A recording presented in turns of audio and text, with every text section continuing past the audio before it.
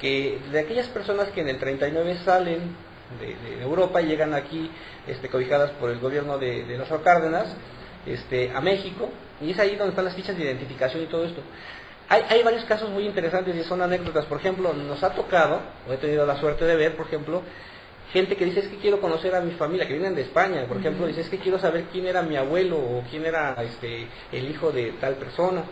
Y hay familias que se han reencontrado incluso ahí en la misma biblioteca, ¿no? Y es muy emocionante porque, pues digo, son escenas conmovedoras. Además de todo esto también, ustedes saben que hay una situación ahorita de la doble nacionalidad y todo esto, entonces muchísima gente está acudiendo con nosotros, porque una parte de este acervo lo tenemos nosotros y la otra la Secretaría de Relaciones Exteriores, donde van a poder identificarse estas personas, si tienen ascendencia o no, para que les den la doble nacionalidad o algún otro trámite, ¿no? Entonces es algo que es muy importante. Este acervo lo tenemos catalogado completamente, hay una publicación y además lo tenemos microfilmado. Es decir, la biblioteca, antes no existían esto de las computadoras y toda esta sofisticación, entonces existía el proceso de microfilmación, que era un proceso muy importante, que se desarrolló con don Silvio Zavala y don Antonio Pompa, y ellos empezaron todo este proceso de ir a los archivos judiciales, eclesiásticos, particulares, nacionales e incluso extranjeros, donde la gente que no tiene la posibilidad de viajar, pues bueno, ahora va a tener una posibilidad de conocimiento a través del microfilm. Y esto es muy interesante también porque tenemos una guía especializada para cada uno de estos temas. De tal manera que la gente que le interesa alguna de estas cuestiones de investigación particulares que estén en microfilm, puede tener una copia en papel o puede tener una copia en microfilm. Todavía no llegamos a la copia digital, pero esperamos que muy pronto claro, tengamos esa posibilidad, ¿verdad? Sí, y esas guías, esas copias se adquieren directamente ahí en la biblioteca. Muchas de estas guías ya están agotadas, porque pues su demanda ha sido fuerte, que qué bueno que en México exista el interés por la historia, ¿no? Y por la cultura. Entonces, pero aún así están disponibles para su consulta en la biblioteca, hay suficientes en ese sentido. Les platico otra anécdota. Como ustedes saben, los fondos conventuales, ¿sí? Estos fondos conventuales que con las leyes de reforma se enajenan por parte del gobierno y son depositadas, como en este caso en la Biblioteca Nacional de Antropología e Historia. Estamos hablando de órdenes religiosas como franciscanos, carmelitas, mercedarios, en fin. Y estos libros, pues había que hacer algo con ellos, ¿no? En su momento. Entonces, en el año, se empezaron a catalogar y a clasificar, respetando las normas internacionales que hay para ello. Y se generó un disco compacto por ahí de 1996, donde se ponían los datos generales del libro, de qué seminario venía, quién lo había escrito, si es que tenía el dato, qué contenía. Entonces, muchos de estos libros son de tipo mariano, que Virgen María, de Jesús. Hay algunos casos, por ejemplo, que hablan de recetas de cocina, claro, de la gente, en fin. Misales, por supuesto, sí, sobre todo cuestiones religiosas, ¿no? Sí.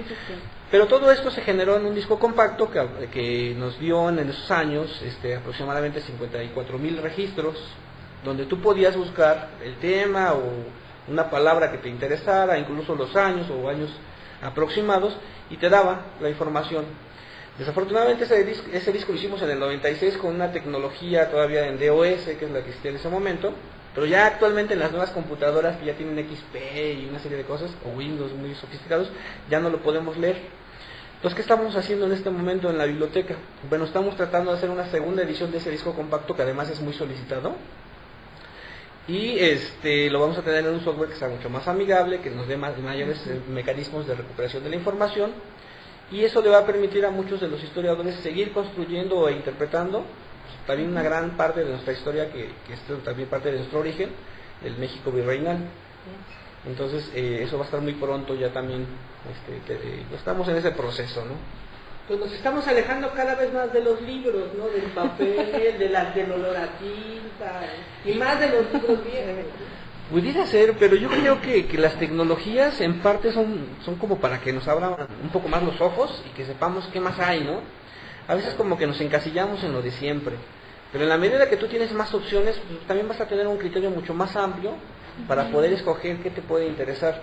Y lo mejor de esto es de que el investigador, el que realmente se dedica ya a temas muy profundos, pues va a tener como que más herramientas para incluso esos análisis o esas investigaciones nos permitan conocer un poco más de nuestro pasado, porque esto también hay que tenerlo muy presente. En la medida que nosotros conozcamos quiénes somos, de dónde venimos, vamos a tener una certeza más de nuestro presente y de nuestro futuro. Claro. Sí, la objeción que yo le que yo le pondría es que, por ejemplo, ¿cuál es el siguiente paso? Pues ya no nada más en los contenidos y la portada, sino que suban todo el contenido a la a la red y hacer una biblioteca digital, y entonces ya ni siquiera tenemos que ir a Chapultepec, ¿no? Que es donde está la biblioteca del Nacional de Antropología e Historia, en las instalaciones del Museo Nacional de Antropología.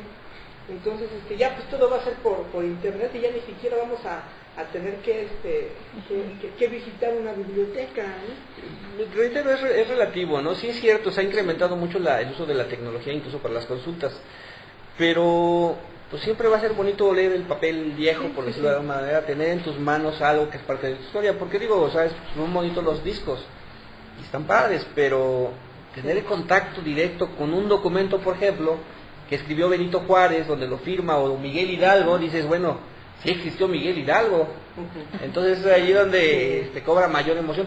O bueno, los que tenemos la fortuna de haber estado cerca de un códice, pues dices, caray, ¿esto cuántos años tiene y lo que representa, no? Entonces es allí donde creo que vale la pena seguir teniendo más alternativas de consulta para llegar al documento original. Sobre todo esa interconexión, ¿no? Porque, bueno, nosotros ahorita lo estamos pensando aquí, nosotros que vivimos aquí, ¿no? Pero otra gente que venga, que esté en España, o pues va a ser también una manera, pues por lo menos de ver qué hay del otro lado, ¿no? Y lo mismo para nosotros, ¿no? Si queremos hacer alguna investigación también, ¿no? Nos ayuda esta interconexión. Sí, realmente Tiene sus... Lo que yo pensaba cuando tú me hablabas de los 185 años, 185 años de estar recopilando libros. Y bueno, si fuera así cierto, todos los libros de antropología e historia que se han publicado llegan a la biblioteca, o si hay ese criterio de selección, sí o no. O sea, siempre me ha llamado la atención en las bibliotecas cómo seleccionan el fondo. Digamos, las nuevas ediciones, para mí no es muy lejos. Los libros más del siglo XXI, o sea, del año 2000 al año... O sea, ¿cuáles 2010, van comprando? Sí, ¿cuáles adquieren? Y cuáles dicen... También reciben donaciones, ¿no? Claro, claro, no. Bueno, hay que está muy interesante la pregunta y la vamos a tratar de estructurar para que también a mucha gente le sirva la respuesta. Las adquisiciones pueden ser por compra o por supuesto, por canje y por donación.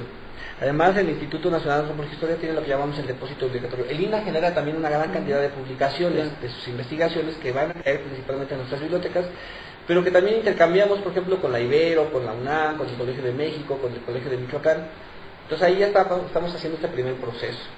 Tenemos el proceso de compra. Para ese proceso de compra, déjenme les digo, a ver si no cometo un error, pasamos por diferentes problemáticas. La primera es convencer a los mismos investigadores de que nos digan qué quieren, que las autoridades también permitan que fluya esta información, que el bibliotecario también ayude a preparar la información y a organizarla, o que incluso también proponga.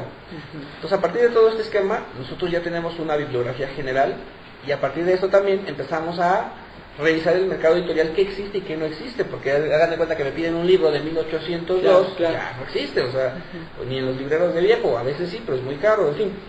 Entonces ahí sería como los primeros parámetros, ¿no? Aparte de cumplir con toda una situación de gestión administrativa, institucional, que tienes que cumplir por ley, ¿no? Porque así se maneja. Entonces, una vez que ya tienes toda la información, se cotiza, se revisa, y también hay que ver el presupuesto de la institución.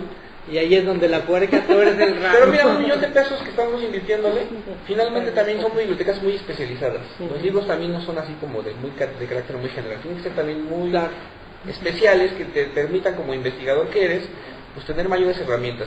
Estamos hablando que son libros nacionales y extranjeros, porque pues es parte de esto que también tú como lector consumas bibliografía extranjera, pues para ver qué están diciendo los otros, ¿no? Tus vecinos, o del otro lado del charco, como diría, ¿no? Claro. Bueno, ¿les parece si hacemos otra pausa? Viene el último. Sí. No, tipo, ya es el último. Alimentarse es cuidarse.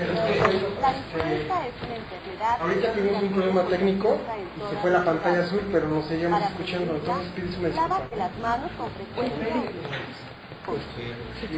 Boca al toser.